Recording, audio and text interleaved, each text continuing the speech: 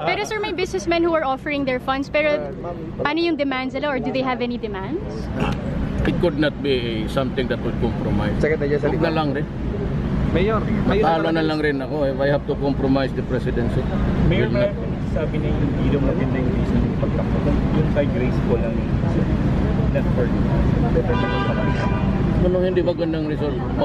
Magka-presidente ka ng Amerikano, hindi magandang result? But the reason, gusto kong tumakbo dito yung October 16, bakit pa ako magdrama? As a matter of principle, hindi ko matanggap yung kasarataluhan eh. Sir, can anything change your mind about your presidential bid? Will there be any factor to convince you to withdraw? Wala na siguro. The die is cast. That's saying when I have crossed the Rubicon. Rubicon is a bridge na papunta na ng slaughter.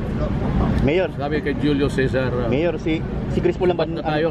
No, I will have crossed the Rubicon. Mayor, si Grace po lang pa ang issue dito kung bakit kayo napilitang tumakbo. Hindi issue si Grace. I like Grace in the sense that I don't have anything against her. Ang issue dito yung natural born. Hindi si Grace. Sir, to you, who's your biggest opponent? Who's your biggest rival for elections? Silang lahat. Mayor, Ako sinasabi ko sa inyo, ma'am.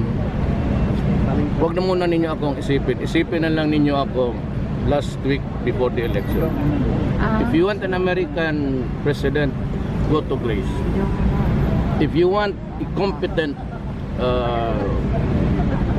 person, vote for Mark.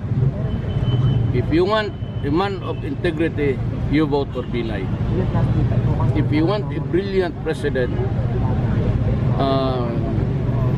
integrity and all, competence, vote for Miriam. Ako, For Miriam? isipin nila niya ako sa last week before election. Sir, what do you have to offer the Filipino people? What can you offer the Philippines? Laking kaman, di pagtrabaho ako para sa inyo. Mayor, kayo na po ba talaga ni Senator Alan na magkatandem? Kayo na talaga. Oo, Sige, sure na po. kaya nagsasama na kami.